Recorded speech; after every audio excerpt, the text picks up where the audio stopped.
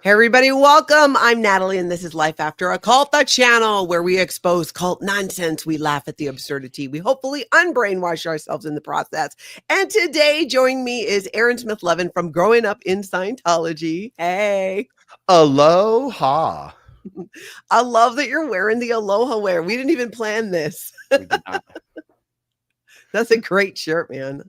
I only have 2 aloha shirts, and so the other one's more like white and light blue, and I think the darker colors just kind of are a little better on me. So yeah, well, I appreciate that you came over to the House of Aloha and dressed for it. Everybody, welcome. I see you in the chat. Thanks for being here. Thank you to the moderators for helping out today. And members, I appreciate your support and see you there as well. We've got some highlights of topics we want to talk about today that I have just been dying to pick Aaron's brain about. Sometimes when I'm dying to talk about something, I don't even think I've told you this, Aaron. Sometimes I intentionally will not talk to you about it in case we talk about it on a Saturday or in a video. Because I just, all these things and want to have the conversation the first time. You have the conversation, then when you do it online, it's like, we already know all the answers. Yeah. What are we talking about today? First thing I wanted to jump into is Grant Cardone's messy marriage. You did a video about this, spilled major tea, this situation with 10X, with the whole Gary Brecka back and forth, and now these new revelations coming out. What do you think about all of it?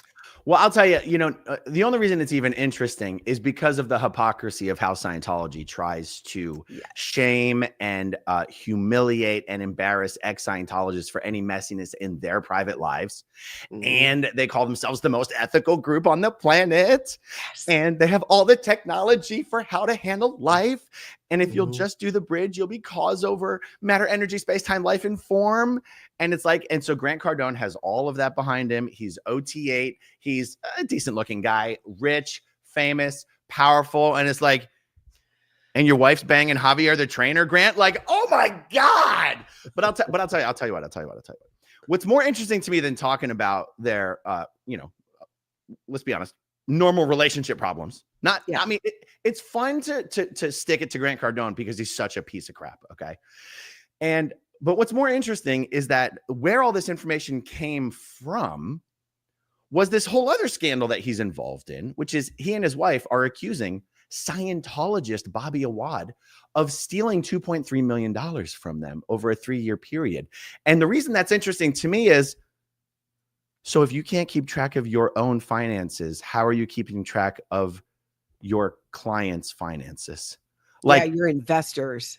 Yeah, your investors' money. How are you being a custodian of your investors' money when there's tens of thousands of them?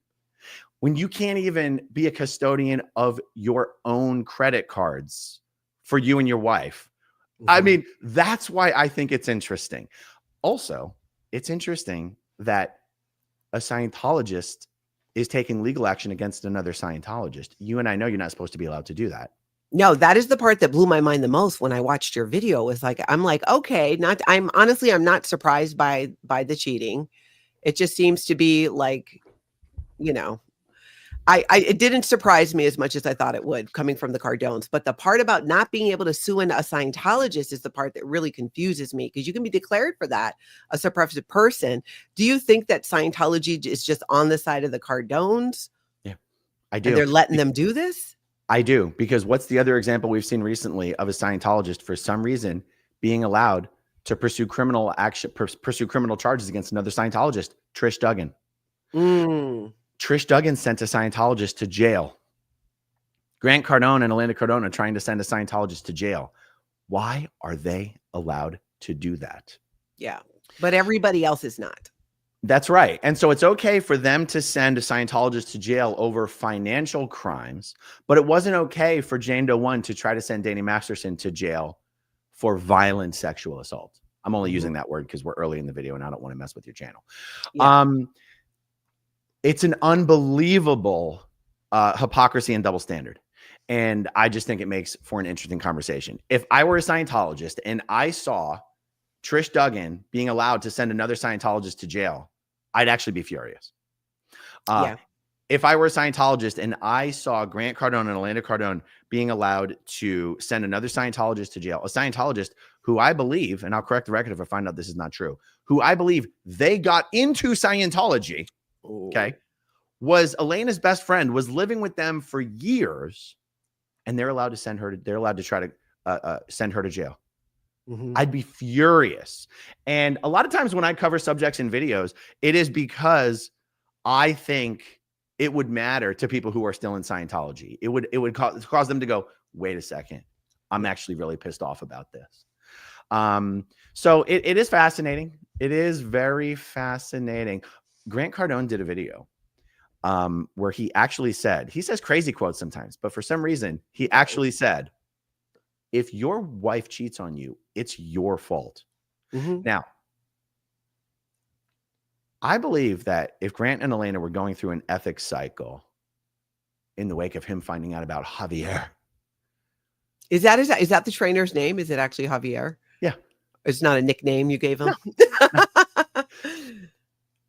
It is sort of interesting to note that that is the exact conclusion Grant would have to come to at the end of his ethics cycle. And you do see him in videos saying that specifically. Yeah. It's weird for Grant, like sort of a manosphere, self-empowering, pick yourself up by your bootstraps kind of guy, to be like, you know, if you're a loser in life, it's your fault. But if your wife cheats on you, well, that's your fault too. Yeah. He has nowhere to go. And Elena is also the same person, Elena Cardone, who we've heard from people who've left 10X and have brought forth that one story where a woman in the audience at one of their get-togethers was asking about SA. And well, is that then the victim's fault? And Elena was like, yes, it is. There's some responsibility there. I thought you covered it too. If I did, I've already forgotten about it. Ben Johns. Ben Johns. I know Ben. I think Ben, it was Ben who shared that story of hearing about that just kind of shook some people and really points to cult. Yeah, where's the thumbs down coming from? Where's the thumbs down? Yeah. Something to do with my janky hands over here. Do you think, I wanted to ask you this, looking at the Cardones, looking at Trish Duggan, they're very wealthy Scientologists. Is this a matter of behavior that would be existing outside of Scientology, and they're just doing what they do in Scientology because money gives them power, which they can get away with more? Because it does seem to be a theme sometimes when you have unlimited or a lot of resources in that way, that, you know, so I guess what I'm trying to get at is this behavior more about kind of that bracket they live in of money, wealth, power, or, you know, a Scientology thing. Which behavior? The cheating and this going, you know, just even like taking somebody who lived with you for 3 years and now going after that person's husband when it's the wife that even, it's like the rules are completely different. I guess a simpler way of saying is like, if I had an issue with somebody the way that they had, or even with my spouse, I wouldn't go about it the way that they are, where these things become so public. Like Elena just takes to social media, like when she was trashing Gary Brecka. Oh, you know, why does Scientology too, like they're never corrected? If I did that as a full-blown Scientologist and created that kind of a media frenzy, my butt would be pulled into ethics so fast. Yet these wealthy people are creating out PR situations for Scientology, and there seems to be no consequence. Oh, in my personal opinion, this is an Elena Cardone problem. Everyone I have spoken to in the last year and a half who has personal experience with Elena Cardone and has been involved with her and in her circle says she is an unbelievably petty, cruel, ruthless, vindictive. See you next Tuesday. And when you see that she's the one who launched the first attack against Gary Brecka, and even though Gary Brecka, even when he was making his rounds on the podcast circuit, he was like, I don't have a problem with Grant Cardone. My problem is with Brandon Dawson. He kept saying, he said, Brandon Dawson's going to sink that ship. I mean, I feel bad for Grant Cardone. Not only was he saying he had no problem with Grant Cardone, he's like, I got no problem with Scientology either. But he sued Elena Cardone because Elena was trashing him on Instagram, like unprovoked. And so who had to step up and fight Elena's battles for her? Grant Cardone. Grant Cardone had to step up and fight Elena's battles for her. Okay, so now what's happening with the Bobby Awad situation? It's Elena. It's Elena who was best friends with Bobby, not Grant. Okay, Yeah. it's Elena that Bobby spent all the time with, not Grant. And so, but who's fighting the battle? Grant is fighting the battle. And maybe Grant feels bad going after a woman. And so he's going after her husband, who has nothing to do with any of this, isn't even under suspicion, was never under suspicion, isn't being investigated, he's got nothing to do with it. And maybe Grant doesn't believe he has nothing to do with it, but that's not up to Grant. It's irrelevant. This is a criminal proceedings. It's up to the detective to find out if Joe has something to do with it. And the detective has said there's no evidence indicating he has anything to do with this at all. And so I think Grant is in the business of covering up the messes of his deeply unhinged, maniacal wife. That's my opinion. I am getting a glimpse of that too. And I kind of thought something similar. And I think that's interesting because I've never viewed them that way before. I always just thought of kind of like Grant heading the charge when it comes to the things that are crazy and ridiculous. But after the Gary Brecka fiasco where Elena went at him publicly, I was like, oh, and then this news story coming up about her sleeping with the trainer and then her best friend allegedly taking $3 million over a few years. Also, maybe go like, I think there's more to this woman than we think or know. Grant Cardone is very much an easy target, I think, online too. He's in a lot of channels outside that have nothing to do with Scientology, make video after video about them and 10X and the alleged fraud. Did you see the video where Grant Cardone said, if you're really interested in a woman, don't go after her directly. Try to sleep with her friends first. That's the best way to get to her. Have you seen what? No. What kind of BS is that? Are you serious? And then Elena, he said this while Elena was sitting next to him on the couch because he said, that's how I got Elena. And he said, he said, I did it on purpose. And then she goes, yeah, he slept with two of my best friends so that he would get my attention. Do you want to know who one of those friends was? Who? Marisol Nichols. Allegedly. And there's another, I was trying to find the other Scientologist name here in my notes and I can't find it. So I must have misspelled something. Oh my gosh. I did not know that. I am like, oh my God, that actually, that's insanity. To say that. That's so gross. I can't believe he admits these things and says them in public and has any type of empire around him. Well, and Elena's sitting there like, yeah, it's true. Yeah, it's true. Oh, he slept with my friends. Oh, I just cannot with these people. It's a crazy train. Yet, again, remember, and I use this example a lot, I got in so much trouble for taking a strip fitness class while in Scientology. Never took my clothes off. It was women only. I wrote about it for a publication I was working for as an outside the box experience. Got in ethics trouble for it. They sent reports to Flag where my daughter was training about this, made such a big deal about it. Yet that's why when I look at the Cardones and other celebrity Scientologists and the stuff they get away with, I'm like, really? Really? Yeah. This is okay. Yeah. And I know, this isn't I don't want to get off on a tangent here, but it is amazing to think of the disconnect between a Scientology Sea Org member. I can think of a specific example of two Scientology Sea Org members who had even been married for either months or years, who then in the course of an interrogation had to admit that before they actually got married, they had slept together. And that's against the rules. They didn't do anything wild, crazy. It's not like just they'd slept together before, but they've already been married now. They made good on it. And they were both sent to the RPF for years. That is so ridiculous. And then you have a public Scientologist like Elena, who's like, I was banging the trainer. And I'm sure she just had to do a sec check and maybe a lower condition on the second dynamic and make a donation to Youth for Human Rights. And she's still a wonderful person, Again, it's one of those things like if I were a Scientologist or I were a Sea Org member, still, and I was particularly aware of just the double standards and the hypocrisy, it would be important to me. You know? Yeah.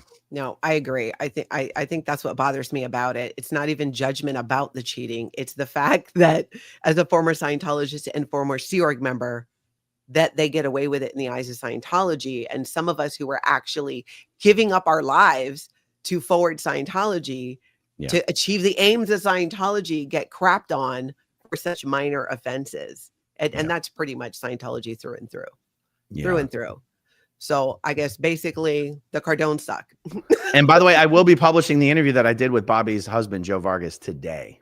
Nice. I've been wondering when that was coming out. I can't wait to see that. And I'm sure he spills the tea. And I think it's interesting that he did an interview with you. He is not a Scientologist, but his wife supposedly is a Scientologist. Not allegedly. I mean, he says she is one. They have a full L. Ron Hubbard library in their home. So she's a Scientologist, yet he came on and did an interview with you. I'm like, again, how does that work? It's one of these blurred lines. Like, and I haven't had a conversation with Bobby directly, but I will tell you, to the best of my knowledge, Bobby's never been informed that she's declared. And I don't necessarily know that she is as educated and committed of a Scientologist to force the issue. Like, I'm sure, I don't get the impression that Bobby's seasoned enough as a Scientologist to be burning up the phone lines, you know, in HCO or senior HCO to be like, why is this acceptable? Why is this happening? I demand justice. I mean, she's sort of being ragdolled here by all of this. I mean, especially since at this point, she's not being sued by the Cardones. She's being prosecuted by the state of Nevada. Yeah, this is a criminal prosecution.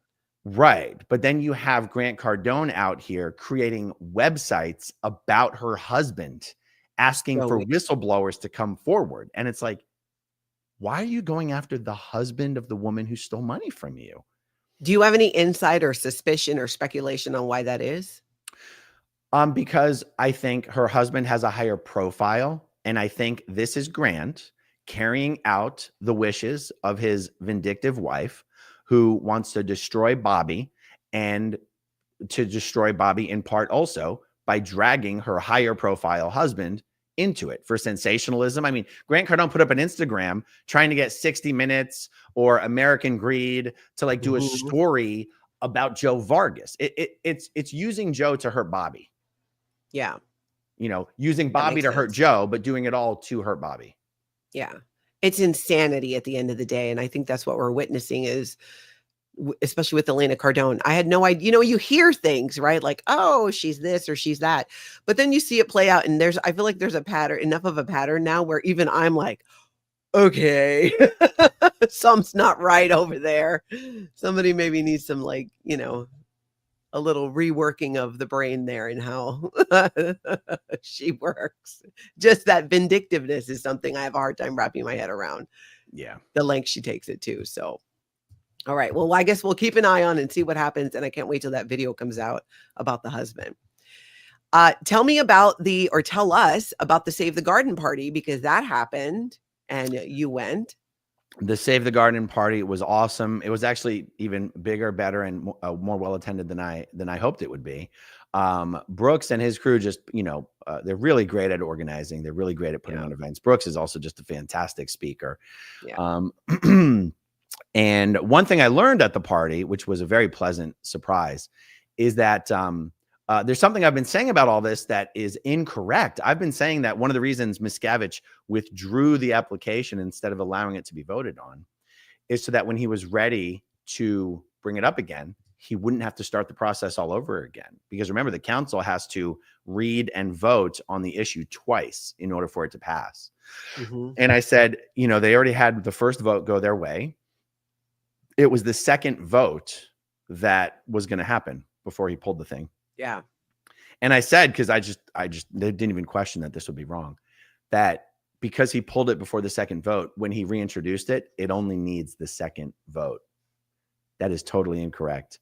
By withdrawing the entire thing from consideration, the process starts all over again. Miscavige will never get that street vacated or sold without 2 votes. That means they'll never be able to spring it on us as a surprise. There'll be tons of opportunity, tons of media attention, tons of time to reorganize, reinvigorate, replan.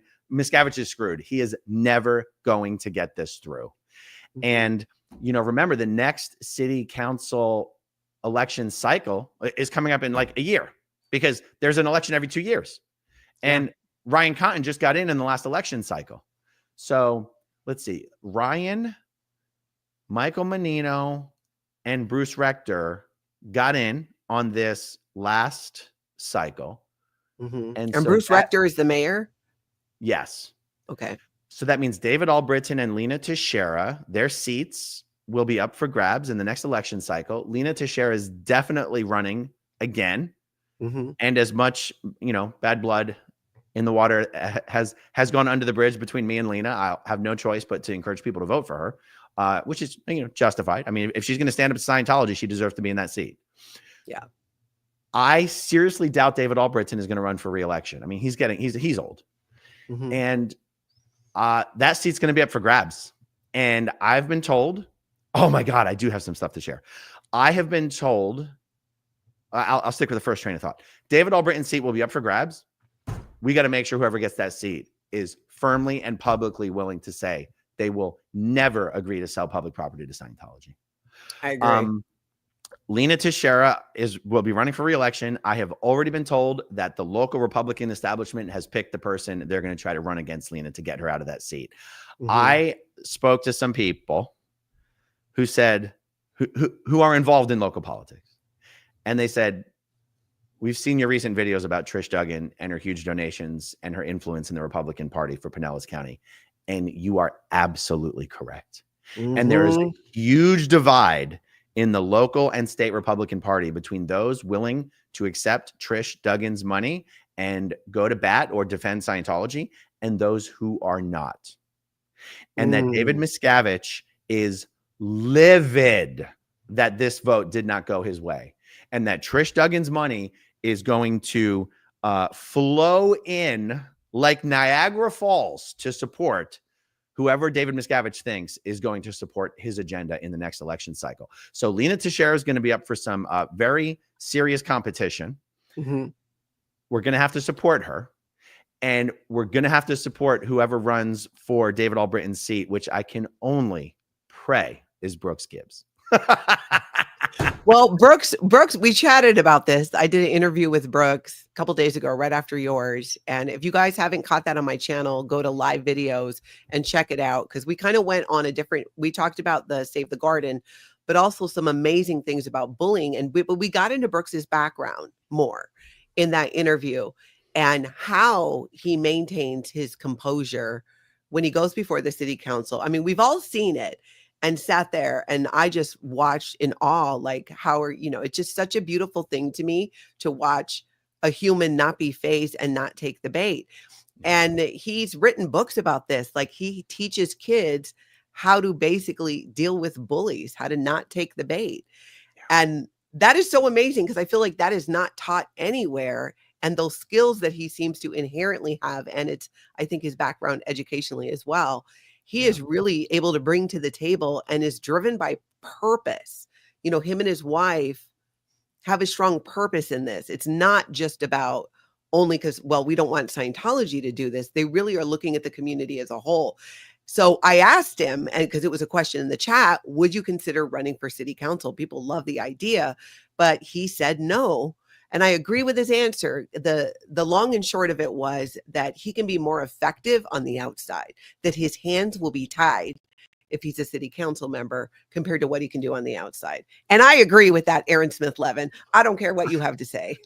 He said the same thing to me the other night after the party. And I said, well, you can either influence one of the votes or you can be one of the votes. I mean, I said, Brooks, it's a part-time job. It's I just disagree with the idea that your hands are tied. Like, why are your hands tied? Like, as an elected official, you have just as much First Amendment protections as anybody else. Like, your hands aren't really tied. Now, I of course, sympathize with anyone who has any reason to not want to run for public office. All I'm saying is he'd be a slam dunk. Oh, he would. He'd also become, if he's not, already, David Miscavige's new public enemy number one. And maybe he doesn't want to live with that. But the truth is, he's already going to be living with that. you know, like, so I mean, we got a lot of time to coax him to change his mind. He'd be, oh my God, we would raise an unprecedented amount of money for him. He would have an unprecedented amount of support. It would be the most entertaining 6-month Clearwater election campaign cycle, even more entertaining than when I ran, in my opinion. And then the Tampa Bay Times can try to find dirt on him instead of me, because if they had dirt on me then, they've got more dirt on me now, and I don't need that. I don't need that smoke. You don't need that smoke, so you want Brooks Gibbs to come up and take it. My I friend, need Brooks to take all the heat.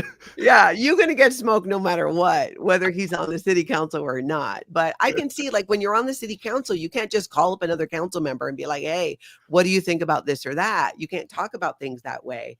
But on the outside, but don't you have to have, like, you have to all be together to discuss these things? Oh, I might have misheard what you said. You're only not allowed to discuss things with other city council members. Yes, that's what I was saying. Okay. Okay. Whereas outside of that, you know, you can have individual meetings with them. So I guess we will see what happens. I fully support if he made that decision, but I also can see where he's coming from and really taking that on. I can see where he's coming from for sure. Yeah. Selfishly, I'd like to see him on the city council, but yes, yeah, it would be amazing. We shall see. So, but the party was great. I caught part of the video. People were just hanging out and speaking and sharing. And what was kind of the vibe? People pretty happy with what happened. I mean, everybody was thrilled. I mean, it was truly a victory party. It was truly a victory party. Not only has Scientology been defeated, but it looks like Brooks and his team, Miss Barbara and Jill and Carrie, have probably about an 18-month runway ahead of them where they'll iron out their project for the Save the Garden. I mean, it's funny because it's still called Save the Garden Project, but in a sense, that's almost no longer the correct name for the project because the garden's been saved. Yes. And but their project is still moving forward, and they're going to run with it. And it's only the first of many projects to help make sure Clearwater stays in the hands of the people and as much as possible out of the hands of Scientology. And they're very, very dedicated and committed to it. And it's a really beautiful thing. I love that. This is also an opportunity for Scientology. They may or may not take it. My leaning is probably not, but if they were, to step up and do some things immediately that show you're actually in good faith, want this activation to happen for downtown Clearwater. It would be Kelly, so easy. Not Carrie. I'm sorry. It's Kelly, not Carrie. I knew as I said it, I had it wrong. Yep, exactly. I wanted to, Jojo, I do want to get to Clearwater for a protest. I just got to figure out how to do that before it gets way too hot. And hey, Joy Vila, good to see you. We're chatting next week. Thanks for being here. We've been loving your content. Yeah, so I guess we will see. I'm glad the party went well. It looked like it was fun, and it's neat seeing so many people come together to make this happen. And I think that that what Brooks is doing is really actually going to have more activating Clearwater than anything else by bringing people together. Yeah. Well, and as far as people wanting to come and join us for a Friday night protest, guys, it's getting more and more fun. More and more people are coming out, driving by, coming to hang out. And also every week after the protest, we are going to make it a standard thing. After the protests are done, we're going to jump over to Prelude Sports Bar and have a beer or two and an appetizer or two, because just like Brooks is fighting the fight to keep these lands out of the hands of Scientology, Tony and his partners, who are behind Nash Keys, Captain's Cigar Lounge, and the Prelude Sports Bar, are really the tip of the spear in the downtown business community and the downtown business region, to being the bulwark against Scientology. And he's not shy about it, and he really puts himself out there. And if anyone asks me, anyone messages me, I'm coming to Clearwater, what businesses can I support? The only answers I am going to give are Nash Keys, Dueling Piano Bar, Captain's Cigar Lounge, and Prelude Sports Bar. Great drinks, great food, great entertainment. No matter which one of those you go to, support the last businesses where the buildings are not controlled by Scientology and the businesses are not controlled by Scientology. And that's one of the reasons all these events have been happening at Nash Keys, because even the other businesses downtown that aren't controlled by Scientologists, their landlord is Scientology. And if they piss off the leader, they might not be able to renew their lease. And that is one of the downsides of having all this property controlled by Scientology. You got to keep the leader happy. Exactly. I love Nash Keys. That's where we went when Tony and I went out there, right? And we did a meet and greet there. Yeah, great place. And then we went out there another time when we went out before we went to Miami. Loved it there, the Dueling Piano Bar. Yeah, it's great. There was some fancy dancing going on, if I remember correctly. Yeah, and some people came out to Prelude. Some people who did not join us for the protest still came out to Prelude afterward and joined us there afterwards. Ah, that's awesome. I love to see that.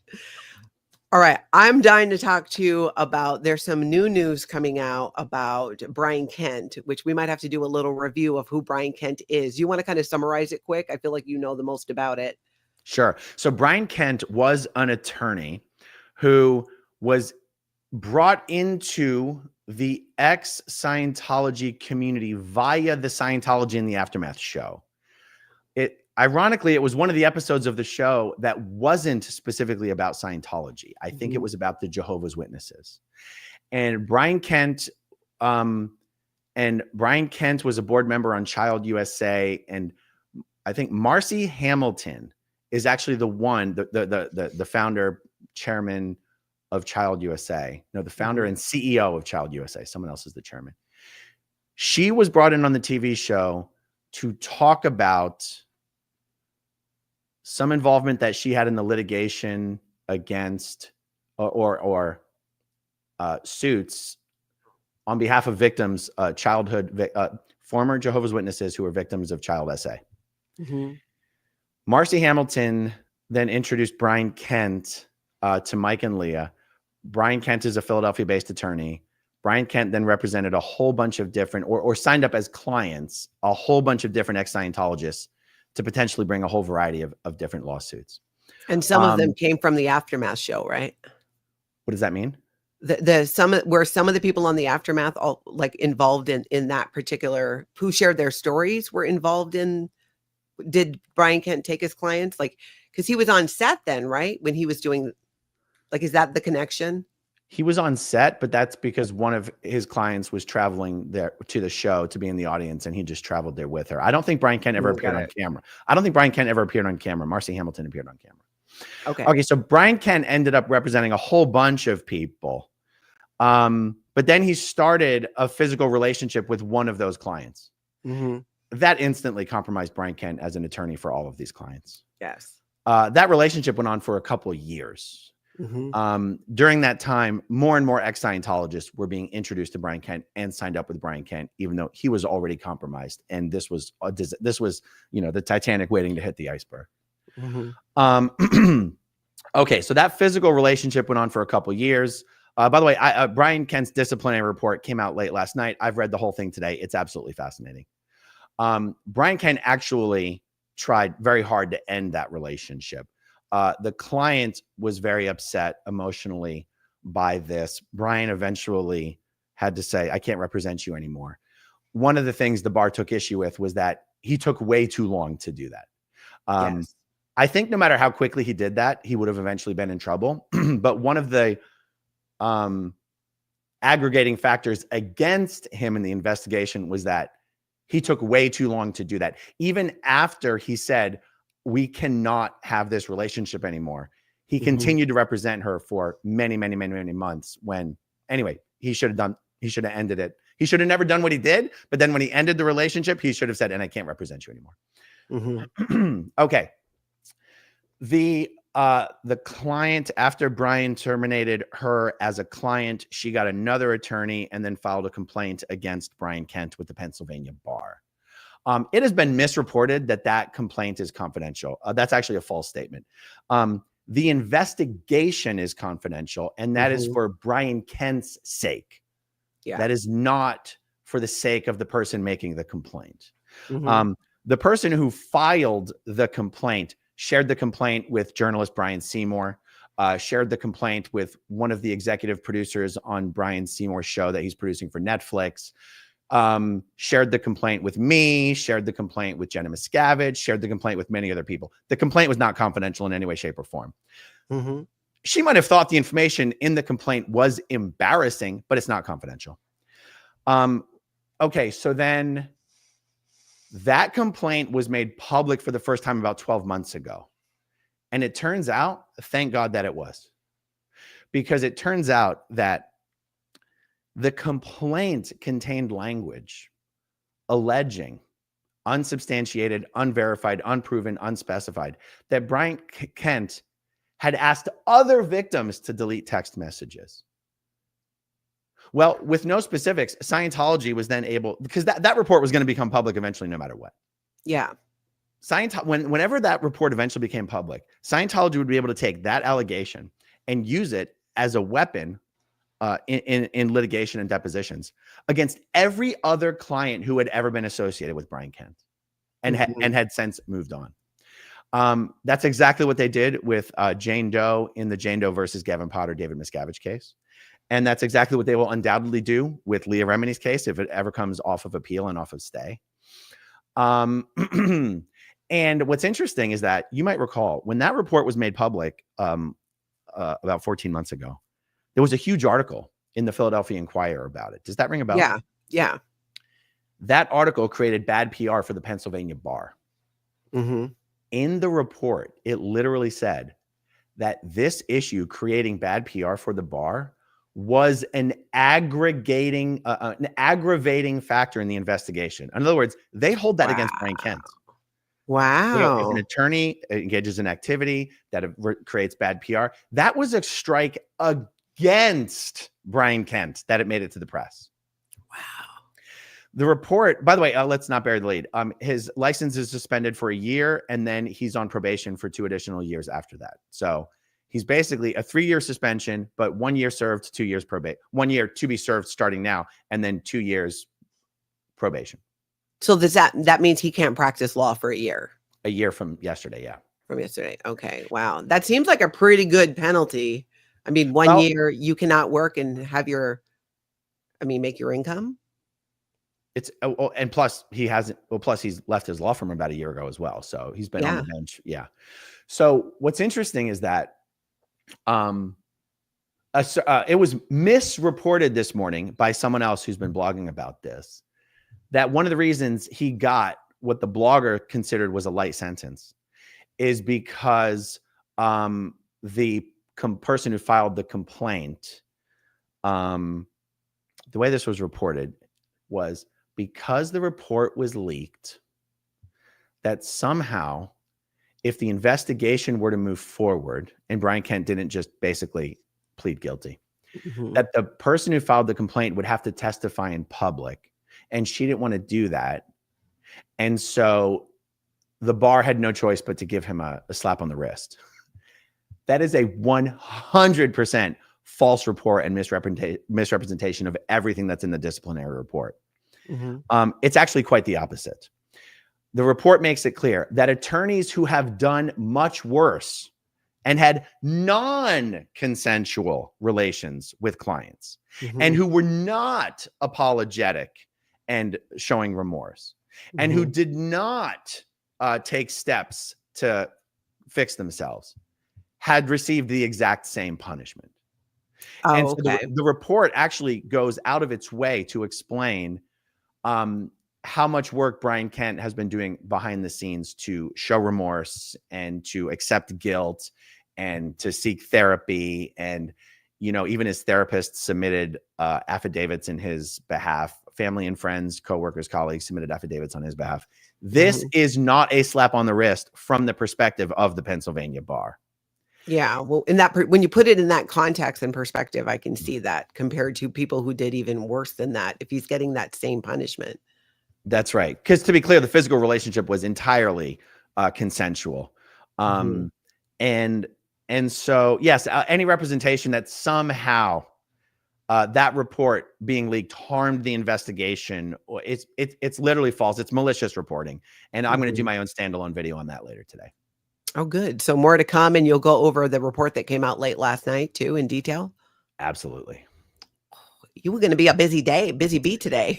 I've got like 5 juicy videos I want to do today. We'll see how many I get to. I love that. So we'll learn more about Brian Kent.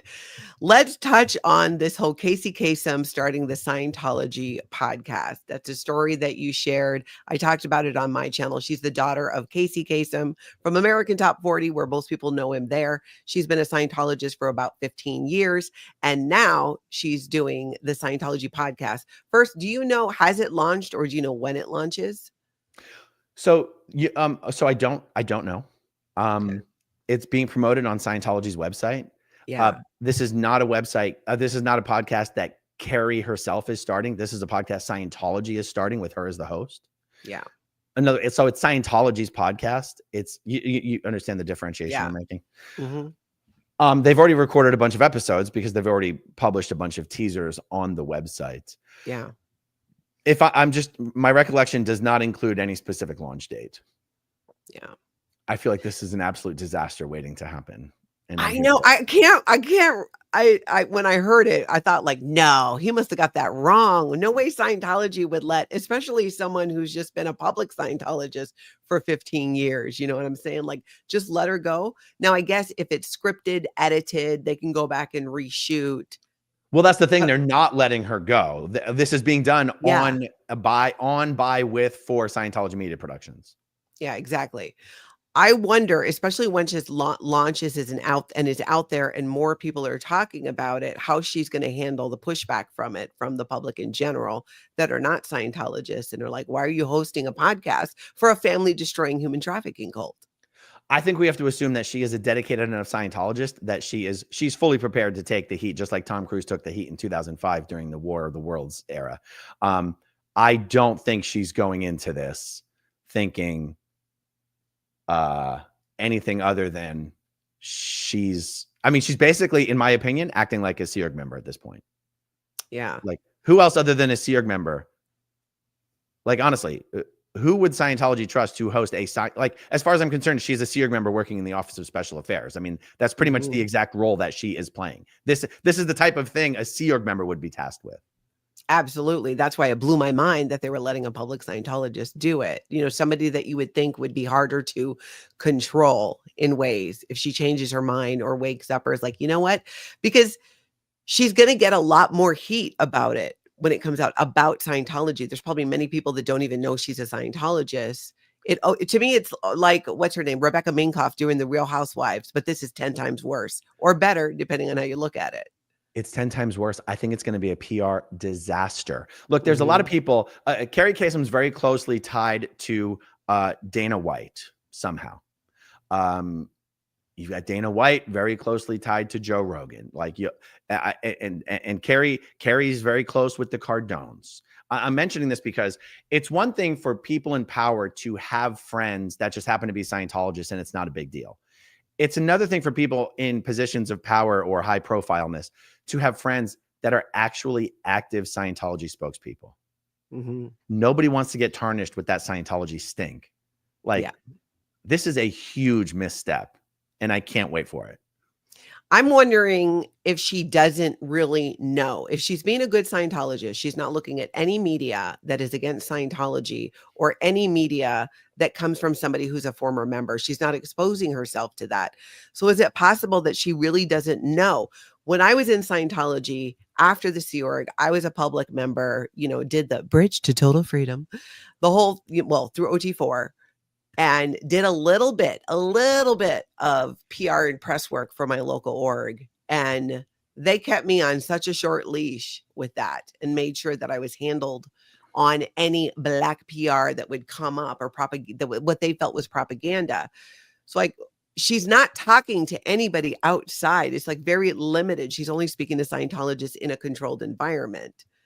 But on the outside, when people start messaging her or expressing their concerns on social media, how is she going to deal with it? Do you think that the Office of Special Affairs that maybe are even taking over her social media? Because I've heard of that happening with certain celebrities, that they go in and they block a whole bunch of people and they run the social so that the talent is not exposed to the comments. Without being able to say that that's actually what is happening or would happening, that's the only thing that would actually make perfect sense to me. That you actually have Sea Org members in the LRH personal PRO office, the personal public relations office of L. Ron Hubbard, which isn't OSA, that's CMO, but honestly, there's no personal public relations office at the org level. So you have the public relations office. That's why the PR and OSA tends to work so closely together. And so it makes sense to me that staff members in the LRH personal public relations office or OSA would be assigned to personally handle. Here's what's going to happen. I think they're going to create dedicated social media profiles specifically for this launch. But you're still going to have people going to Carrie's personal social media profiles to comment on all this stuff. So Exactly. She's going to be exposed to everything. She's going to be exposed to all of the links and the stories and the videos and the interviews and the everything. Yeah. How does that work? I think it only works if you have fully dedicated SEERG members assigned to the tasks of moderating. Exactly. Moderating, keeping it off her lines, that kind of a thing, and having her regularly being, security checked or interrogated, doing potential trouble source checks on her to make sure, nothing's coming up. I think they think because it's pre-recorded and they're in control of the guests, the questions, the editing, that it's being encapsulated and they can control the narrative. But as usual, it would seem that once again, Scientology underestimates the power of social media and the sheer number of people never in Scientology, but all in on bringing down this cult.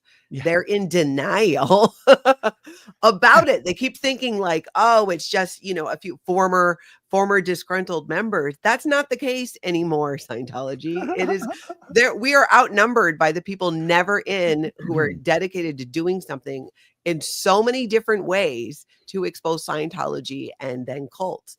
I think they underestimate this so much. And I think Carrie has too. Yeah. I mean, did you see one of the first guests who's already recorded an episode is David Sanchez, the guy who him and his buddies attacked a bunch of protesters on L. Ron Hubbard Way. I know. Like, what are you thinking? You're going to start with that guy? That's who you're going to put in the clips? It's like they're just so scraping the barrel. But think about it too. As a guest on that podcast, it's like, you're there basically telling the world that you're in bed with Scientology. How many people or Scientologists want to even do that anymore? Is it going to be weekly episodes? I mean, there's 52 weeks in a year. They're going to run out of Scientologists within weeks. I know. How often are they going to publish these things? Because I'm going to do full-length reaction videos to every single podcast episode that they do. I mean, who's going to want to step forward and be one of the new faces of Scientology? And will they try to focus more on interviewing people like David Sanchez, who exists on the periphery, or at least pretends to, and pretends they're not really a Scientologist, but they're just an ally? Yeah. Or are they ever going to interview actual Scientologists? I feel like they're going to interview more of the David Sanchez types, that I don't see how they could, because there's so many Scientologists that are still showing up and are in good standing with Scientology, but who in their heart and their minds, they've left. They're under the radar. They're just not pulling the trigger yet. And I think that's another thing that Scientology really underestimates, is just how many people are really not in it to win it anymore. They're just trapped because they're being threatened with their family members being taken away from them if they leave. Yeah, I agree. God, I can't wait. That's going to be so good. Giddy about it. So we'll keep an eye out for that. So there's been, with like us going to Hawaii and being gone for a bit, and I wasn't doing my schedule on YouTube and I'm playing catch up and all of that. And when we were in Hawaii, I know I took a lot of time to think about, what do I want to be when I grow up? What do I want to do? And where I want to take my channel, which kind of started a conversation you and I have had about why we do this and being here on YouTube and the different ways that, because there's YouTube as a whole. And then there's kind of like this community of people, whether it's SBTV, former Scientologists, people never in, who want to expose Scientology and other cults. And you and I have talked about this because for my perspective, I guess I'll start with me. I love coming to YouTube and sharing about Scientology and cults in a way that's fun and entertaining. One, because if it's dead serious, gross every single time, I couldn't do it as much as I do. It would just be there's too much of an ick factor. You just get too focused on that negative energy, which is why I like to bring some fun and levity to my videos. We do, people call into my Life After a Cult hotline. I've got, which by the way, I don't think I showed you, someone sent David Miscavige a new outfit for Pride Month coming up.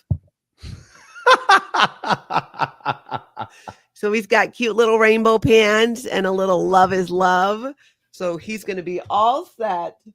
Let me get my David Miscavige doll real quick. Hold on. Oh, yeah. We can do dueling Daves. We could do a who wore it better between our two dolls. Oh, these pants just don't stay up, though. I will say that. Scientology forever giving Aaron and Natalie free content. Exactly, Northern Girl. I think that is that's what we're seeing. And God bless them for it too. I have my giant David Miscavige doll, and I have my life size. Okay. Oh, look at that. See, you need outfits. It looks like it just wears that one outfit though, huh? Well, these are vintage. These are nice. vintage, true to life. You know, that hat is killer. This is when Miscavige still lived in the tree. Okay.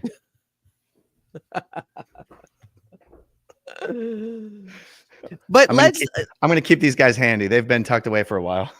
Oh, good. Justice says, please, Aaron, buy more of those kinds of shirts. I love them. I will. Oh, Dave. Oh, so cute. Abraham says he's pulling off Hawaiian shirts very well. Oh, thank you. It's a vibe. It is a lifestyle. But back to my question, like on YouTube, you know, like how would you define, I get this question sometimes, like what you do, why you do it, like what keeps you going? Because like I said, if I had to share my own personal story each time I did a video, I don't think I could do it. That's why I like sharing recaps of Scientology news, peppering in my story, because I don't think I could take it. And for me to do something, it has to be fun, most of all. Yeah. You know, I have so many thoughts on this subject. One of those thoughts is that there has to be any specific reason why someone chooses to do Scientology content on YouTube or tell their story or want to tell other people's stories or want to comment on current events. There doesn't have to be any one reason. And there's no such thing as only one good reason. I agree. And then we can talk about, you know, the virtueness of what is the right reason and the good reason. And then you can also have a similar but related, a different but related conversation of, yeah, but what actually works? Yeah. What reaches as many people as possible? What do people want to watch? What will people keep watching once they start watching? And then what you referenced, what is sustainable? Yeah. What is actually something that allows you to get up every day and still be enthusiastic and feel good and happy and energized and motivated to keep doing it? Yeah. If I had to come on here every day and talk about my story, I'd stop after 3 days. Mm-hmm. Yeah. I'd want to stop after the first day. Okay. Mm-hmm. I mean, that's what happened after I recorded my episode for the Scientology and the Aftermath show is I said, you know, I'm glad that I did that, but I'm never going to do that again. It's too painful. It's not fun. There's a certain amount of, you know, catharsis that you feel at the time, but then you're absolutely exhausted afterwards for days and days and days and days and days. Because it's painful. It's painful. Yeah. So I can tell you how I think about what I do. It's a little different than why I do it, but how I think about what I do and why I think it works is I like to use the Jon Stewart analogy. Okay. Jon Stewart is one of the biggest people in the world of politics, and yet he's not a politician. And I think why his approach works is because he's taking something that is boring, stuffy, and sometimes complicated, and he's making it accessible to a younger audience by his presentation, by being funny, engaging, entertaining, and talking about it in a way that is easy to understand and is engaging and, most importantly, fun. Yeah. I think the reason why the fun is most important is because that's what allows it to reach as far as possible. Yeah. It's what allows people to go, I want more of this. And that is like 80% of the goal. You can have a great message and a great purpose and it reaches nobody. Congratulations. You win the virtue war and you've accomplished nothing. You know? Yeah. And so some of my videos, I'll see comments like, oh my God, what does this have anything to do with taking down Scientology? And I'll be like, nothing. I don't wake up every morning going, my next video is to my next step in taking down Scientology. It's like, I'm here to have fun and to do what I want to do. And that's it. I mean, it's not true that that's it. There's a lot more that ends up happening in addition to that. But I've got to be able to wake up every morning and still be passionate and enthusiastic about doing this for my own sake, not for the weight of the world. Yeah. The weight of all Scientologists who are still trapped, for the sake of all ex-Scientologists, we are all here doing our own thing for our own reasons. And that's exactly how it should be. Yes. And I think the really great thing is today, there are so many different ways that people are choosing to contribute to that motion. And I think that's a beautiful thing, and that all should continue. And I would encourage people to find, where you feel most passionate doing what you can do, but also still taking care of yourself, because this has been something that, I've been, and I don't think I'm alone in this, right? We always think about this idea of balance, which I think is not completely, I don't think there's ever balance. I think sometimes you got to be working over here and sometimes you got to be working over here, and it all comes out. But I'm with you. I would not be able to talk about my own story every day, which is why I go doing it about the way I do. And I'm newer to YouTube. I started my channel in December of 23. And since then, I've been trying to learn, okay, how do you do YouTube? What are the YouTube strategies? Because there's two things at play here that I think sometimes people forget is you have a YouTube channel. For some of us, it is actually how we're also in part making a living. And so it's a business. And on the other hand, you have, right, your reasons for doing it and what your audience wants. And one of the things I love about doing the way I've done it is it's so audience driven. My audience emails me things all the time. And I can really get a feel because I might have one person email something, but then 25 will email the same, something else. And it gives me a feel for what my audience wants. Because in my studying of YouTube and how to do YouTube, they're like, you need to deliver to your audience what it is they are looking for.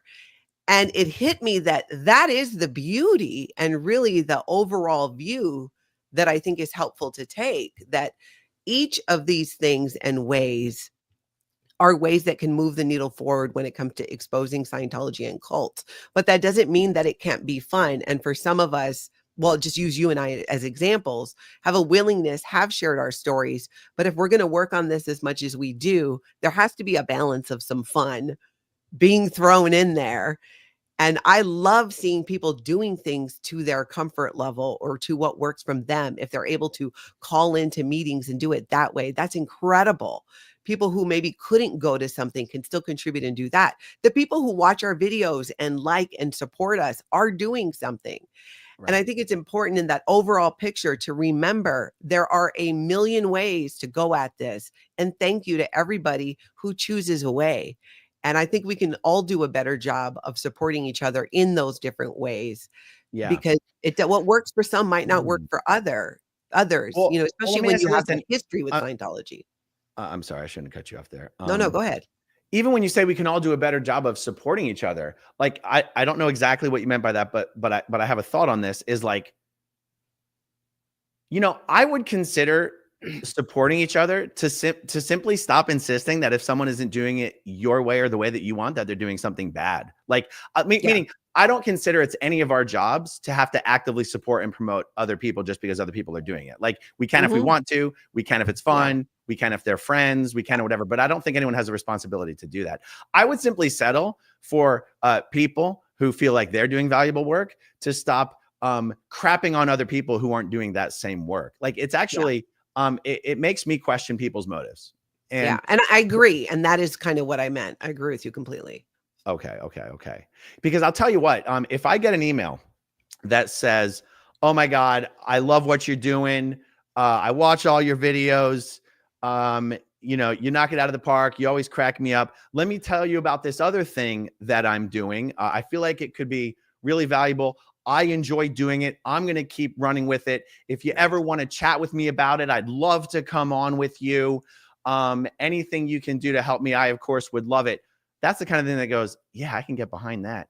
Yeah. Let me tell you something. If I get an email that's like, you bigger channels never do enough to support us smaller channels. I'm over here in the trenches doing the hard work. It makes me question your guys' motives. You never promote me. Do you want to? I'm going to give you a real life reenactment of how I respond when I get an email like that. Delete. Delete. I'm not here to serve some master. I'm here doing what I like to do for my own reasons, the best way I know how to do it. And I will support anyone else who's doing good work that I feel is also a good part of this community. But when I get a message like, if you guys were really serious about taking down Scientology, you would promote me more. I'd be like, bye. Bye. I will never respond to any of your emails. And now you know why. Yeah. Yeah. I think that there's some growing pains with that because but think about it this way too. This is how I was looking at it the other day. There used to be a smaller amount of people, but now there's so many and from so many different areas and picking up and finding different ways that they want to be involved. And though there can be that conflict and drama online and a bit of ego that gets into it, right? Where I want to be acknowledged for what I'm doing. But overall, it still blows my mind that people are willing to do that. And the more I learn about YouTube, the more I'm coming to understand that each individual creator, and I'm assuming it's the same on other platforms, has to figure out how they want to go about it in a way that also, doesn't completely do themselves in like I would. All right. I'm scared to even ask what you're laughing The moderators are doing a great job right now.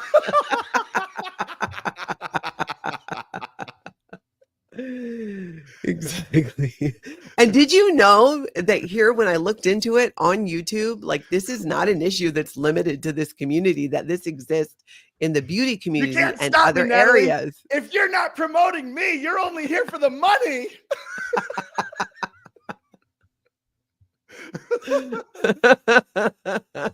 Like here, like this. I'm here trying to build my downline.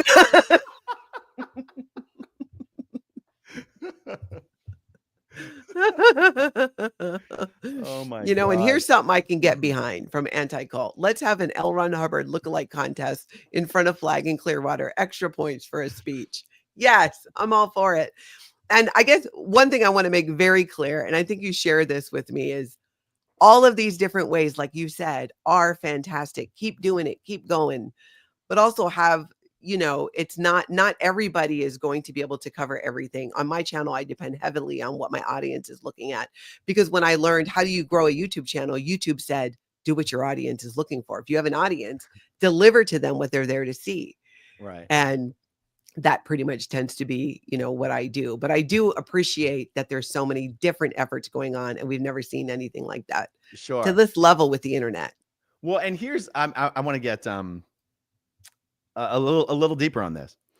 Even if you think I am just a selfish, money motivated person, I would still want to promote your stuff, if only because it's easy content for me. Like even if you think I am a total POS, if I'm not promoting you, there's a good reason.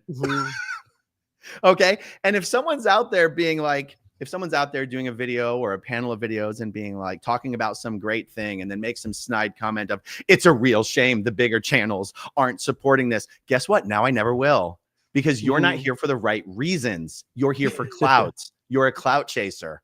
Okay. And I don't deal with clout chasers. Like there are so many people out there who do what they do every single day without any demand that someone gives them a pat on the head. Okay. And even though it's always a mistake to give credit to some people, because some people will feel left out, but I cannot help it. Erica, definite trouble source. Okay. She is out there, I don't know, 3 days a week by herself, usually in downtown Clearwater, no camera, no channel. And I mean, I wish she did have a camera. I wish she did. I mean, she has a body cam, but I mean, I wish she did have a channel. She is the kindest, sweetest, nicest, hardest working member of the protest community we could ever hope to have. And what does she expect or demand in return? Nothing. Because she's here for the right reasons, not because she doesn't deserve everything in return, but because she's here for the right reasons. And that's what matters. And you can have a channel and also be here for the right reasons. And the truth is, and everyone knows this, I have always tried to promote and support everyone I possibly could in this community until it became impossible. Okay. Yeah. And we all know who made it, who and whose made it impossible. And I truly believe We are very close to getting back to the day where it is possible, fun, and rewarding to get back to the environment we were in before. Because let's be honest, guys, this is a lot more fun when we're all supporting and helping each other. Yeah, It really exactly. is. I also think that when, because I've heard that phrase kind of thrown around, right? The right reasons. I don't think that I or you, we each individually have the reasons that are right for us. And I think Yeah, it's important exactly. to acknowledge that, where for some people, it's the same way that I've spoken to, and I know you have too, former Scientologists, whether they're under the radar or newly out, and sharing their story is not the first thing some of them should do. They need to like really get to a safe space and, find a way to heal. And some are more ready, but it's still not, I don't like the phrase, the right reasons, because who gets to decide what the right reason is? You're I totally think, right. Do you know what I yeah, would like to say better? There could be a million right reasons. yeah, There's only one or two wrong reasons. Clout chasing, division, destruction. yeah, I would agree with that. Whatever your reason is for wanting to Mhm. engage in Scientology activism is the right reason, as long as it's not clout chasing, division, and destruction. That's how I feel about it. Yeah, I can see that, because I don't, if somebody wants to come in and they're new to YouTube and they're like, hey, I want to grow my channel, I want to make a living at this while I'm exposing Scientology, I'm like, bravo, good for Do it. you. Do I don't it. think there's anything, I cannot imagine ever faulting somebody to want to make a living when they spend their time doing something. And, my days of working for free, unless I'm choosing to volunteer, ended when I left the Sea organization. I'm Yeah. not working that hard for nothing. And because I don't have to anymore. And that's the beauty of it. And I think that it's just an easy thing if we just all remember that people have their individual reasons. But I would agree with you, if it were for those reasons, clout chasing and destruction and division, those aren't good reasons. But if your reason is purely like, I don't even care if it's because you want to grow a channel, whatever, good. Long as, expose Scientology, these are really good things. So I think we can agree on that. I would agree with you on that. And I think that maybe hopefully that'll help people moving forward as well, to just kind of recognize we are all here for different reasons, but it doesn't mean that those different reasons are wrong. Yeah. It's just, we have different reasons. We get to have those. And as someone who's a former cult member, I really push back on people wanting to put me in a box or tell me what I should or shouldn't do. Yeah. Because my channel, my choice. I welcome feedback, suggestions by all means, and I do get them, and I consider them because it's audience feedback. But if you're coming at me in a way that is negative, clout, or is obviously seen to kind of cause some division, you're not my audience, which means I'm not listening to you. Yeah. But, and I think that's kind of been my yardstick. And me, I pretty much, I'm in my aloha world. I don't have a lot of bandwidth for a lot. And I'm not going to spend the energy that I have, worried or concerned about some noise over here. I rather lean into the gratitude that I feel for everything that people do. Even if all you do is watch a video and like it, that is a contribution. That is helping to expose cult and Scientology. That's how I feel about it. Totally. I totally agree. Yeah. So, let's see. That's kind of the things that I had to chat about. Perfect. I think this was yeah. fantastic. No, absolutely. I want to bring up though, does it matter? Let me get the aloha button. Hey, Rib Guy. Thank you. I love it when you two play together. This is what keeps it clean. This is what I'll support anyone needing e-bike powering up. I wonder if Natalie gets the reference. I don't. You have to tell me. The person it's about will. I'll tell you later. Yeah, okay.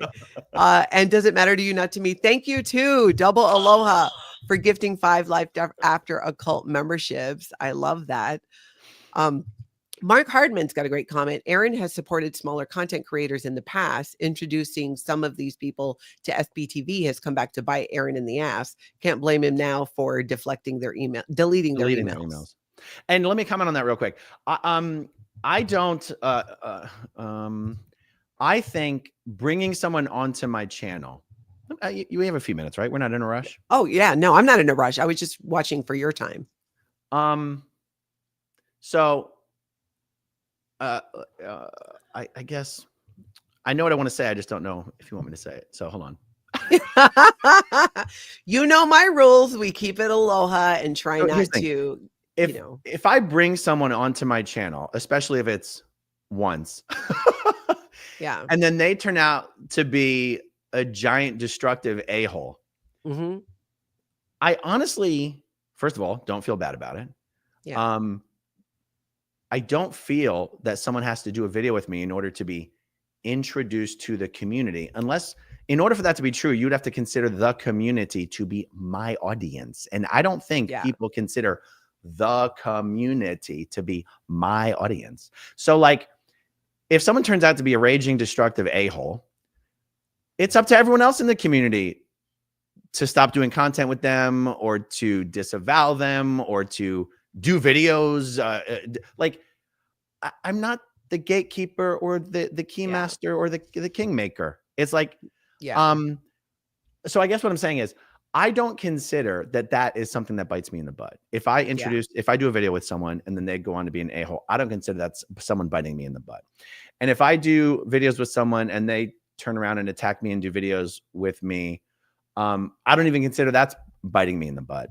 Mm-hmm. What really happened is it got to the point where, and just for the sake of it, I won't say the most obvious person that you probably know I'm talking about.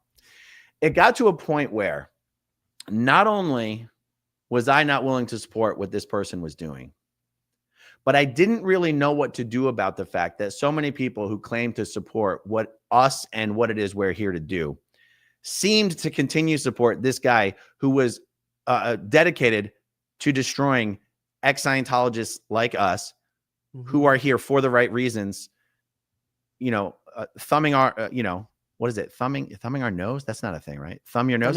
Thumb your nose in the face of the cult that we grew up in. And it got to the point where I wasn't willing to do anything that I felt would help people who were helping support this guy continue to be somewhat relevant in our community. But I don't feel, I guess I'm being really long-winded about this. I didn't pull in my flippers, if you will, because I felt like supporting smaller creators backfired. That's what I want to be clear about. I do not feel like it was ever a mistake to support smaller creators. It became more of, I no longer felt like I could comfortably know who was worth supporting, because I'm not willing to support anyone who supports the kind of stuff this guy was doing and supports this guy at all. That's an emotional thing. That's a me thing. Mm-hmm. Yeah. And so then I would see some people come back and be like, well, if he's not willing to support people who are doing the good work just because they also support this guy, then he's not here for the right reasons. And I go, no, I'm here for my reasons. And if you support this guy, you're simply not worth supporting in my eyes. Yeah. I know I'm being long-winded about this. It wasn't me being like supporting smaller creators was a mistake. I don't feel that way. I'm waiting for the space to feel clean enough for me not to have to constantly wonder whether someone is worth supporting. Yeah. That's all I wanted to say. Yeah. And those are decisions that, you get to make on your channel like anybody else would. I think because you have the largest channel in this genre, you get looked at a lot as, the leader of that. And because you've helped a lot of people get started.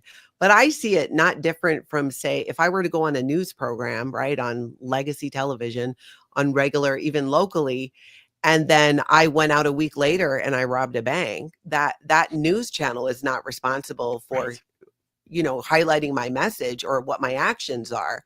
And YouTube channels are a media outlet and the way to get the word out. And that can be a double-edged sword sometimes. But in my opinion, the audience in general, the vast majority of people, in my opinion, understand that it is a minority. It's a vocal minority who, in my opinion, have a different agenda that want to make that an issue that I think is a complete non-issue.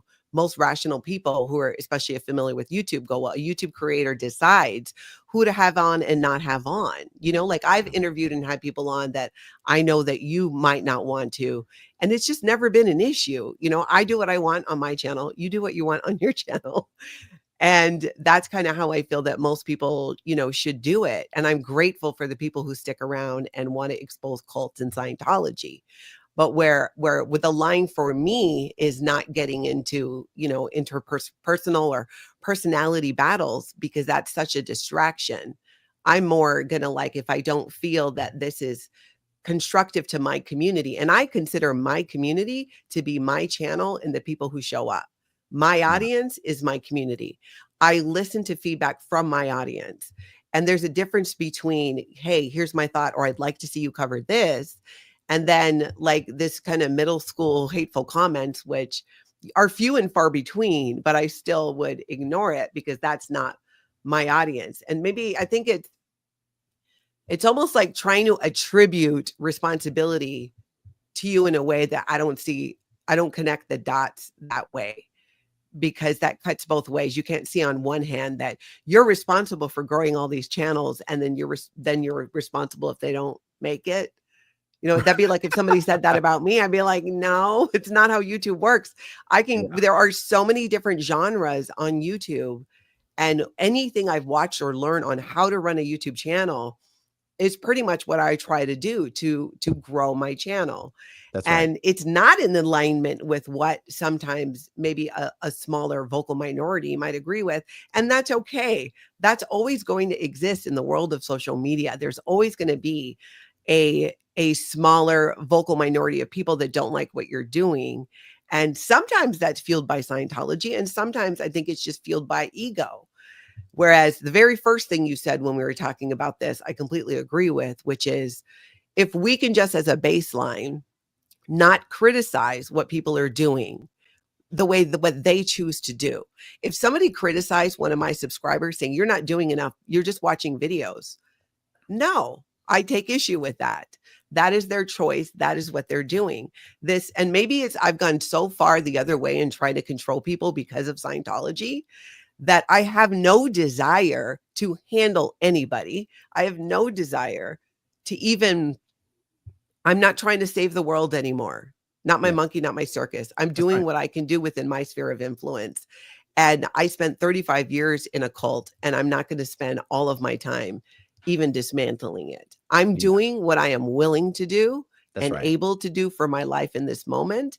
And that's all I'm going to do. And that's all I expect from anybody. Yeah. You do what you can do. You should never be putting Scientology or Scientology content or whatever it is ahead of your own well-being. That, I think, is my message to anybody who wants to talk about this topic. I will always put myself first in this situation. It's great. It's absolutely great. And, on my channel, I already know that I will continue every now and then to call out people who go out of their way to criticize me, my friends, and our foundation. And there's one reason for that, because I want to, and it makes me feel good. Yeah. And if people don't want me to do that, then stop using a platform to shit on me and my friends and my foundation. Because when you do that, then at a time of my choosing, I will respond. Because it makes me feel good, and because I want to, and it's because it's my channel, and that's how this works. Yeah. Yeah. And you get to do that. And you and I have different styles in that way. And one's not right, one's not wrong. It is different. But the truth is, we get to do that. You as a creator get to do that. I as a creator on my channel get to do that. And you and I think it's so great. We can talk about these topics and we agree on the majority of it. But there's some things that even when we don't agree on, I think we do a good job of showing, like, you can disagree on things, and it doesn't mean that the world is ending. Yeah. That you can't work together to expose Scientology. Yeah. And I'll tell you, the people that, if people in this community know the people and the types of people that we're talking about. And the truth is, they eventually fall away and disappear into irrelevancy. And I'll tell you why. They were only here for clout to begin with. And once they don't get that, they disappear. Whereas you and I are here to stay, because we're here for our own reasons. Yes. We're not here for someone else's approval, or someone else's audience or anything like that. Nothing. We wake up in the morning and love what we do. Okay. And it's not, and that's why I wanted to say, it's not that I'm never going to go negative or do a video or respond. Yeah.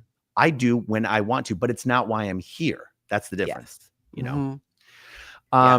I still have time. I'm not trying to jump off, by the way. Yeah. Because let me grab some of these other.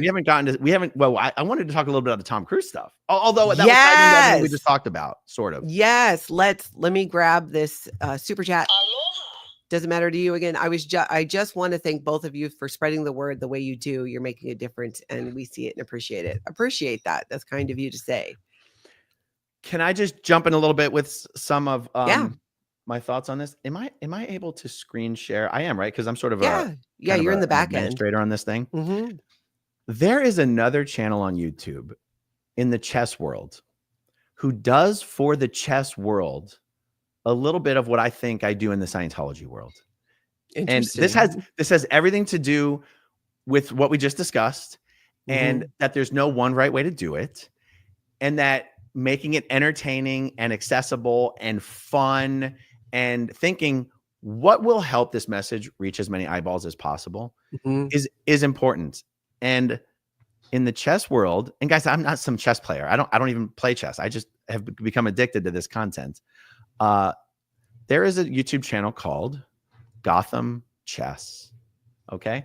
6.34 million subscribers. Wow. This guy is a high-level chess player himself. He is an expert. He does know what he's doing. Now, look at these videos. Look at the titles. Magnus Carlsen. Look at the thumbnails. Magnus Carlsen.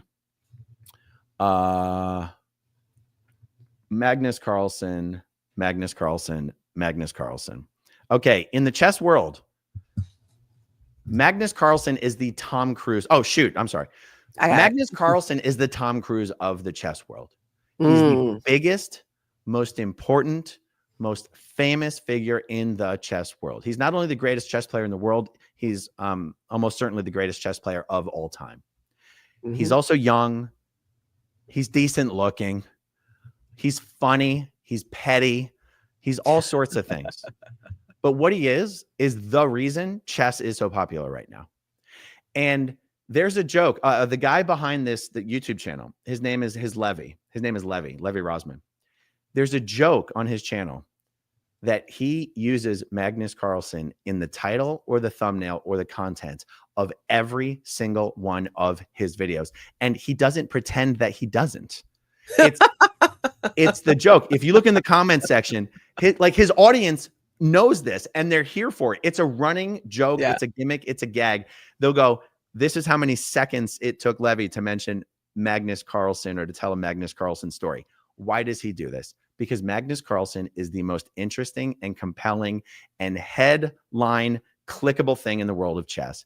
Guys, that's what Tom Cruise is in the world of Scientology. Okay. I've always scratched my head when people complain or criticize or wonder why I do so many Tom Cruise videos. Because if you want to keep people interested in what you have to say about Scientology, you should put it in a video that makes people want to click on it. And people want to click on Tom Cruise. And if you think that's the most terrible thing in the world, fine. You don't understand the dynamics of media and content and click through and engagement. It's a YouTube thing. It's a YouTube and how YouTube works. And I think that those two things get convoluted where people don't realize that if you want to be successful on YouTube, you got to play the game. And YouTube tells us how to play the game. I clickbait your name all the time. And there's a difference in the views on my videos. Yeah. You know, I might just start putting it in every video because the videos do better if your name's in it. Don't hate the playa, hate the game. That's right. I rather write titles that are exactly what I'm talking about. But as I've come to learn and everything that YouTube, when they teach, you watch the tutorials and you consult the experts, that's not what gets clicks. It has to become kind of, you know, dramatic and evoke feeling. And no matter even what the video is about to a degree, that is one of my least favorite things about YouTube.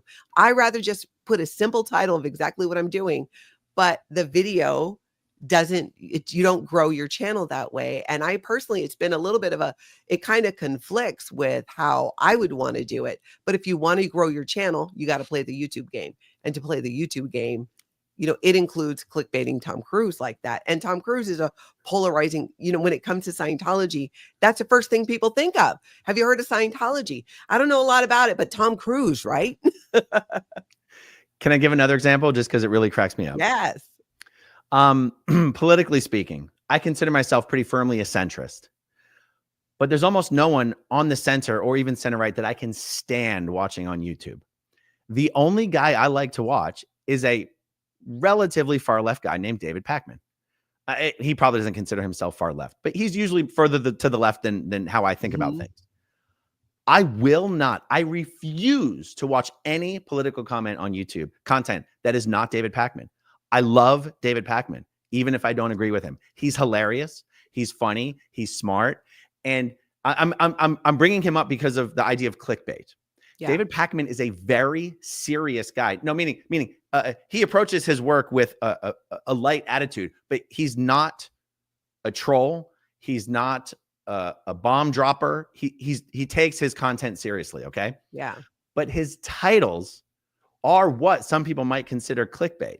Okay. Yeah. I'll give you an example. This is a Trump explodes, threatens journalist in office. Okay. Did Trump really explode in this clip? No, it's just a damn title. Calm down. Okay. I don't click on the video because of the title. I click on the video because I like watching David Pakman. Yeah. But if you're not a regular fan and subscriber, you could possibly click on the video because the thumbnail and the title grabbed your interest. And that is the thing about YouTube. And I'm told over and over again, the thumbnail and the title are really what it's about. You still need to create good content, but it really makes a difference. And I've experienced that on my own videos. I could do the same video, change the title and the thumbnail, and it'll do better if I'm hitting those keywords. So YouTube shows it to people. Yes. Whatever gets you to the table. I'm sorry. So there's another example here. Furious Trump press secretary melts down over basic questions. Okay. In this video, is the press secretary furious? Does she melt down? No. It's just a damn title. Calm down. Yeah. Now at the same thing, is the title related to the content of the video? Yes. Yes, it is. And it's so weird when I see people. So clickbait used to mean something different back then than it does now, I think, right? Clickbait is when the title is not related to what the video is actually about. Yeah.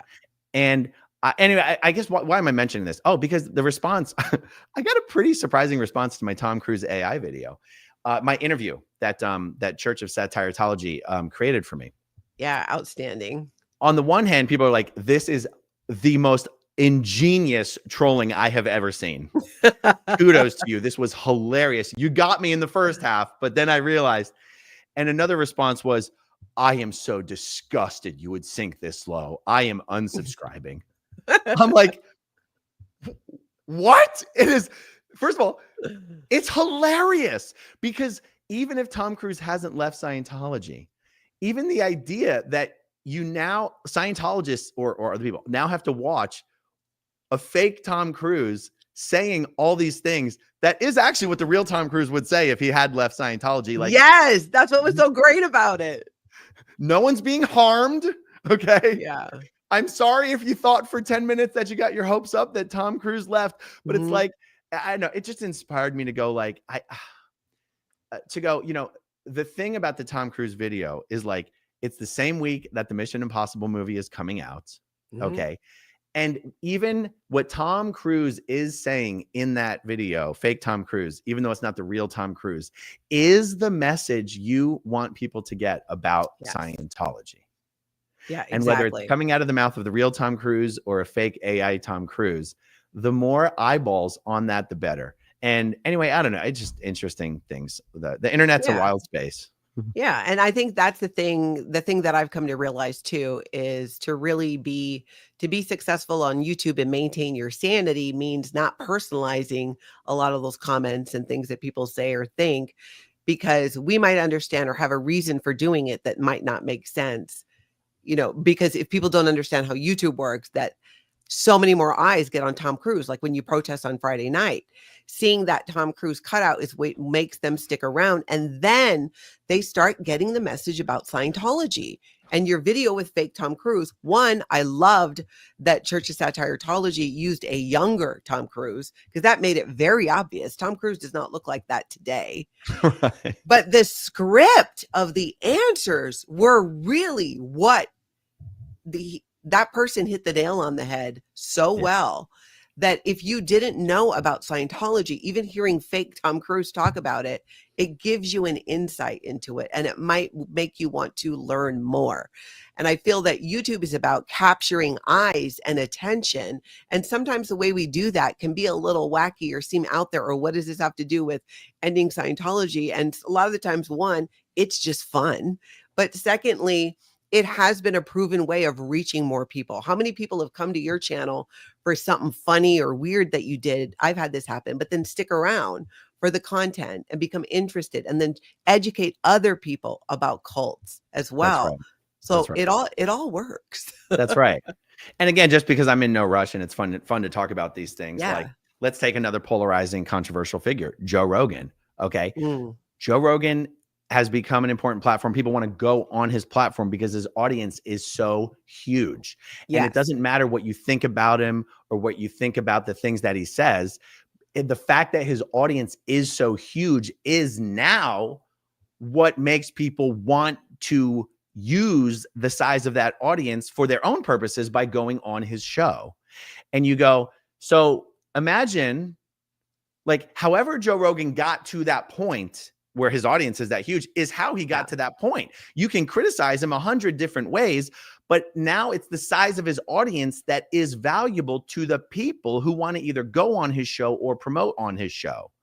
And it's like, he could have the world's most, the world's biggest expert on, pyramids. And if Joe Rogan's question is, do you think a bear could crawl the pyramid? It's like, it doesn't matter what you think about the creator or their approach. It matters, at least if we're talking about the media space and the YouTube space, what attracts attention, eyeballs, and an audience. And then can you use that audience to then get out the message that you want to get out? Now, in a sense, Joe doesn't seem to have his own message. He just seems to be a guy who wants to ask questions. But I'll tell you who has a message they want to get out with his audience: the guests that go on his show.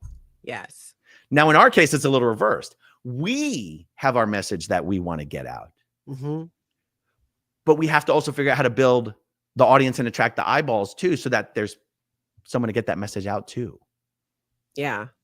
Yeah, exactly. So that it can make an impact. And if it's done through something like the fake Tom Cruise video, then I'm like, bring it, or even the cutout. But that kind of takes us back to the whole thing of, let's just kind of live and let live on how people choose to get that word out.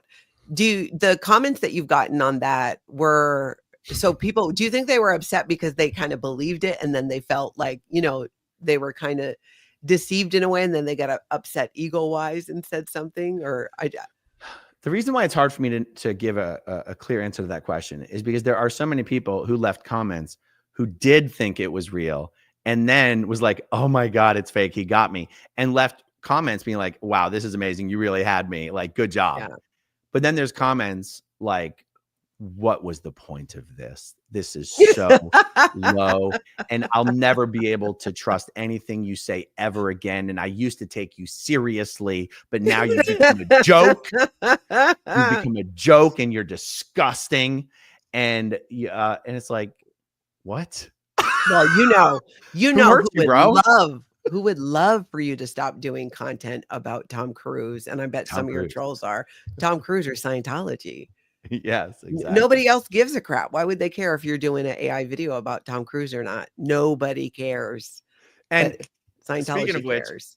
Abraham says, so I take it you didn't like my comment. Speaking of the inception there, while Erica was protesting out with us last night with a free John Travolta sign, John Travolta drove by. What? Yes. Now, do you think he saw it? Set the scene. No, he's never looking. He always is on his phone like this as he drives by. And he drove by and pulled right into the Fort Harrison Hotel, into the parking structure. And, You know, at first I thought he's probably on the phone with security so they can open the gate so he doesn't have to stop at the gate. But Yeah. Erica says he's always on that phone, even when he's driving the opposite direction. He's just always on that phone. So who knows? He needs earbuds or something. John Travolta, put your phone down. Don't be driving and holding your phone. What do you, with kind of like on this topic, how do you, recharge, right? Because I mean, you and I both, we create a lot of content. And you and I were talking even this morning about, I was telling you how since Hawaii, it's like I've rediscovered the outdoors in a way. And part of it has been my bandwidth. I haven't had the energy and bandwidth to do a lot outside of right here. And when I got home, I just was like, oh, I think I'm going to learn how to mow the lawn. And I did it and pull weeds and do things outside. And a realization I had was like, why don't I spend a ton of time outside when I'm home? And because what would I do outside? Sitting outside seems boring if it's not in front of a beach, right? And then I realized, oh, I just got to trick Natalie into being outside by working outside. So I'm pulling weeds now when I'm doing yard work, and that's how I'm getting outside. It's like, I don't know why I didn't put those two things together, but it's making a difference, I think, for me in doing this kind of work that's online so much too. It's too easy to kind of turn inward so much, right? You're in your house and you're working and all of that. And I wasn't even, and maybe it's just, I'm the only one who wasn't going outside, and it was winter time too, but I'm loving it. And you were, so it's like, but I was surprised to hear you've been spending some time outside too. Well, in general though, if I feel like everything is crashing down, I have no idea what to do, I just go do yard work. Like I will just go do yard work. Like you get sun, you're active. I'll listen to a podcast, music, and do yard work. Normally how I sort of chill out or decompress is I go to Costco and I go to the gym.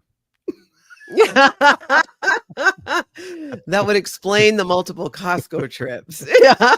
But you know what that is, and you have that thing to do. I'm glad to discover some other things that kind of pull me out of my head a bit more. I mean, and I'm even like, I went down to my daughter's space and grabbed one of the plants. I'm like, I'm going to take plant is what I call my plant. This one plant I got, I'm taking plant back. And plant had some like what looked like mold. And with my plant in the house and my plant outside, I take pictures, I put it in the chat GPT and go, what is this, weed or plant? And what do I do? And it created an entire program for me on how to take care of my 2 house plants and what to do about the weeds outside. Like I would not have known. It even told me like what to get if I wanted to give me 3 options for getting rid of weeds. And one of them included not doing anything, which I had been doing, but I'm kind of feeling like I had an excuse. My neighbors, God bless them. My neighbor was mowing my lawn all last year. And I just feel like this year they're probably like, all right, you got to get your shit together, Natalie. And it's better for me. And I am. And getting outside that way has just been amazing. I don't know if I can get to the point of actually planting anything and knowing it'll grow. That seems hard, but you're doing some of that. I planted some stuff about a week ago. I planted a garden out back, and it already started sprouting this morning. So that's cool. Really? I love that. What's going in your garden?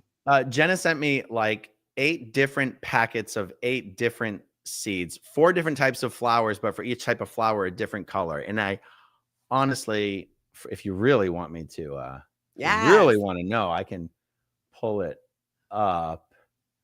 Because she said these grow really nice and big. You put it in the backyard? I put it in the backyard. In this one area that always looks kind of ugly. And oh God, I hope you don't mind if it takes me a minute to find these things. No, go ahead. I want to see it. I'm curious. Okay. I found a real plant under a weed plant yesterday. That's how long I've done no work on my yard in the front beyond, it being mowed since Tony passed. And I'm just waking up to the realization that like there's bushes. I guess you have to cut them. The things that he just did and took care of and never said anything about it. I'm now learning how to do. And I'm surprised that I'm actually enjoying being outside and doing it.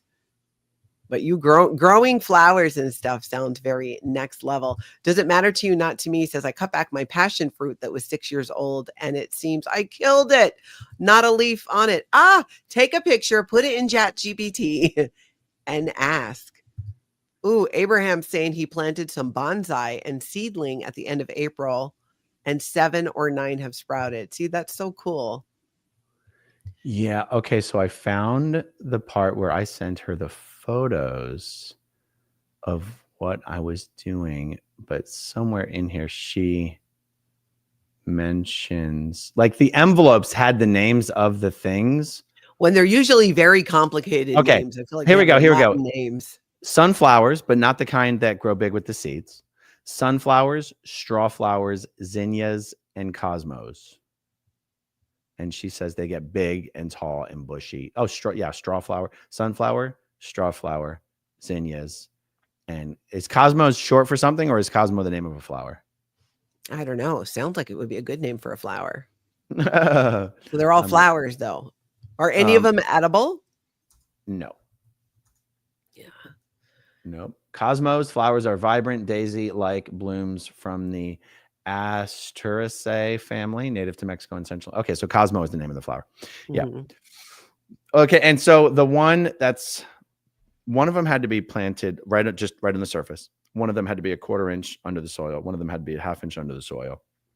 And whichever one, the one that planted, see, anyway, I sent her a whole photo diagram of, she said, put these in the back and these in the front. Yeah. And I don't remember which one was which, but all I know is one of them started sprouting this morning. That's so awesome. When I imagine you gardening, I see you in overalls and a big hat. I know that's not the case, but the truth is I'm just out there in my underwear. And a hat, I hope. You're welcome, neighbors. Oh, it's just Smith-Levin doing some half-naked gardening. No, you're right. Underwear and a hat. Yeah. And then when I get all dirty because I'm regular, I just jump in the pool and clean off.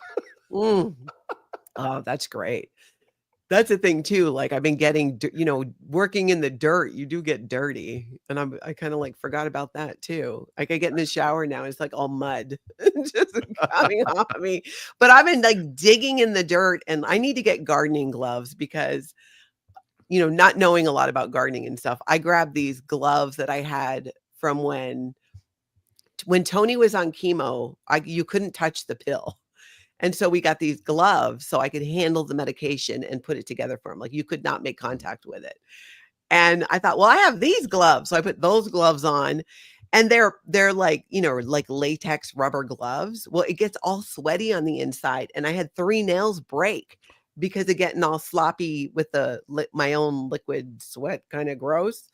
So now I'm like, oh, now I get why gardening gloves are more breathable because you can, you don't get all sweaty. But I was going at it yesterday. I do my yard work in the exact same inappropriate plastic gloves. No way. Because when I'm doing a lot of cooking, if I weren't wearing the gloves or if I would wash my hands like every 30 seconds and eventually that hurts my hands. So instead I will put on, I get these just boxes of gloves from Costco. And so I put on the gloves, I'll like, handle the chicken, season the chicken, take off my gloves, throw them away, touch something else, put gloves back on, deal with the chicken or the steak or the meat or the seasoning or whatever. I'll go through 10 pairs of gloves instead of washing my hands. Yeah. Yeah, that is a lot. I just wear them outside, but I'm finding too, like getting into when I discovered what I thought was a bush was a weed. And I need better tools too. Like the little shovel I have, I realize this must be for show because I already broke one because I've also been letting my frustrations out. I am out there pounding the shit out of I almost wanted a machete, but then I thought I'll go too far and take everything out in the front yard. It's like suddenly any frustration I had was coming out and I had this shovel thing and I'm just like stabbing these bushes and trying to rip them out that are actually weeds that have grown for the last 1.5 years and that nobody has pretty much touched, my yard. And it was a fun. I was like, oh my gosh, take a step back, Natalie, because I'm like, how that would look to my neighbors. I'm just like, I can imagine your neighbors were like, the wife's looking out the window, going like, "Honey, we got to keep an eye on this with this in case this boils over. We gotta, you know." they're probably happy that I'm wearing clothes again, and I'm not just out there in my pajamas. Because that's how it was for a long time. Yeah.